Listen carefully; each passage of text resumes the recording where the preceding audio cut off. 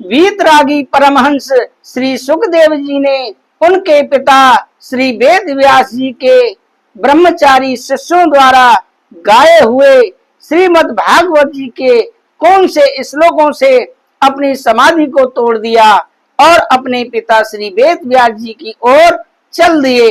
पहला श्लोक है, वरापीडम नटवर वपो कर्ण्यो कर्णकारम विभ्रदवास कनक कपीसम वैजयंतीम च मालाम रंध्रान वेणुधर सुदया पूर्यन को वृंदे वृंदारण्यम स्वपद रमणम प्रावसद गीत कीर्ति। यह श्लोक श्रीमद् भागवत के 10वें स्कंद में आता है। इस श्लोक में भगवान श्री कृष्ण के दिव्य नर्तक रूप का वर्णन है। बरहा पीड़म नटवर बपू का मतलब है वह कितना सुंदर है उनका शरीर। कर्णयो कर्णकारम का मतलब है कानों में नीले कर्णकार पुष्प। विभ्रदवास कनक कपीसम का मतलब सिर पर मोर पंख का मुकुट और सुनहरा पीताम्बर। बैजंती च मालाम का मतलब है गले में बैजंती माला। इस श्लोक के बारे में कहा जाता है कि इसमें इतना माधुर्य है कि इसे शब्दों में नहीं किया जा सकता है, व्यक्त नहीं किया जा सकता है। ब्रजमंडल के भक्तगण इसी श्लोक को श्रीमद् भागवत के प्रचार का मूल कारण बताते हैं। इस श्लोक में वर्णित श्री कृष्ण के दिव्य गुणों को देखकर गोपियों को याद आ गए। भगवान श्री कृष्ण ने वृंदावन के वन में प्रवेश करते समय अपना दिव्य नर्तक रूप प्रदर्शित किया था और अपने पद चिन्हों से उसे सुशोभित किया था। इस श्लोक को पूरा सुनकर श्री सुखदेव जी ने समाधि को तोड़ दिया और समाधि तोड़कर चलने को तैयार हो गए। मगर जब श्री सुखदेव जी ने सुंदरता का वर्णन ठीक से समझ आया तो फिर समाधि में बैठने को तैयार हुए। श्लोक श्री वेद व्यास जी के शिष्यों ने जब दूसरा श्लोक सुनाया, दूसरा श्लोक क्या है, अहो वक्यम स्तन कालकूटम जिज्ञांसयापा यदप्य साध्वी लेवे गतिम दात्र्युचितां ततोऽन्यं कं वा दयालु शरणं ब्रजेमा। अहो वक्यम, अहो वकी का मतलब है आहा वक दैत्य की बहन। यम स्तन कालकूटम, यह अपने स्तनों में कालकूट जहर विष लगा कर आई है। लेवे गतिम दातृचिताम, उसे भी माता की गति प्रदान की। ततो अन्यम कम वा, इनके सिवा दूसरा कौन दयालु। शरणम ब्रजेमा, दयालु है जिसकी हम शरण ग्रहण करें। अर्थ है अर्थात यह भगवान की आश्चर्यमयी लीला है कि वह भगवान श्री कृष्ण ने राक्षसी पूतना को जो अपने स्तनों में कालकूट नामक भयंकर विष लगाकर उन्हें दूध पिलाने के बहाने मारने आई थी और उसका बड़ा उग्र स्वभाव था।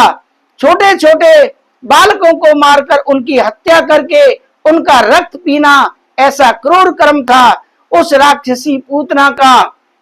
और वह पूतना जब माया से एक सुंदर स्त्री का रूप धारण करके आई और कन्हैया को उठाकर ले गई और एकांत स्थान पर अपना विष से सना हुआ स्तन कन्हैया के मुख में दे दिया, तो पूतना राक्षसी उद्देश्य की थी भगवान को उस कालकूट विष से मारने का। लेकिन फिर भी वह परम दयालु कन्हैया ने भी उस पूतना राक्षसी के उस बुरे स्वभाव पर ध्यान नहीं दिए।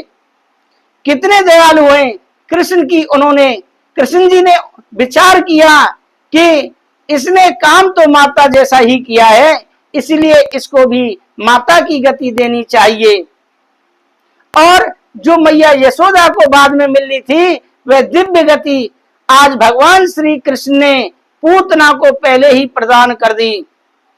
तो ऐसे हैं भगवान श्री कृष्ण जिनकी दयालुता का वर्णन करना असंभव है, क्योंकि वह भगवान श्री कृष्ण अकारण करुणा वर्णालय हैं, बिना कारण करुणा करने वाले हैं, दया करने वाले हैं, दया वत्सल भगवान हैं। उस परम दयालु कन्हैया को छोड़कर हम किसकी शरण में ग्रहण करें। यह पूतना पिछले जन्म की राजा बलि की पुत्री राजकन्या रत्नावली थी। दर्शकों, ध्यान देकर सुनने वाली बात है, ये पूतना पिछले जन्म में राजा बलि की पुत्री राजकन्या रत्नावली थी। भगवान नारायण जब वामन वेश धारण करके राजा बलि के द्वार पर गए तो रत्नावली ने जब छोटे से बावन भगवान को देखा, वटुक ब्राह्मण को देखा तो वात्सल्य भाव उमड़ आया।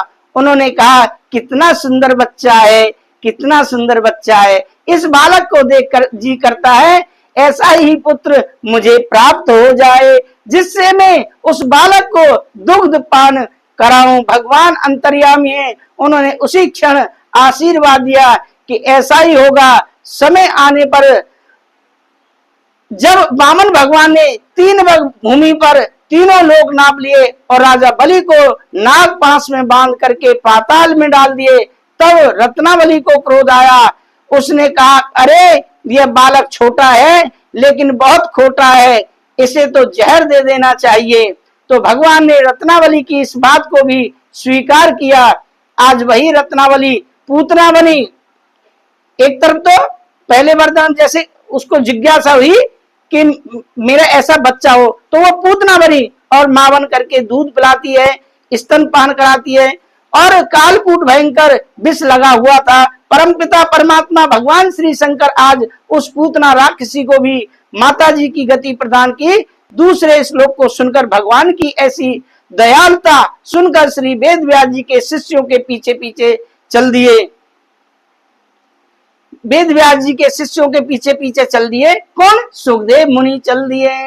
दर्शकों, आपको हमारी यह जानकारी कैसी लगी कमेंट करके जरूर बताएं। अगर आप हमारे चैनल पर नए आए हैं तो चैनल को सब्सक्राइब जरूर करें, जिससे कि हम अगला एपिसोड आप तक पहुंचा सकें और नोटिफिकेशन आपको आसानी से प्राप्त हो सके।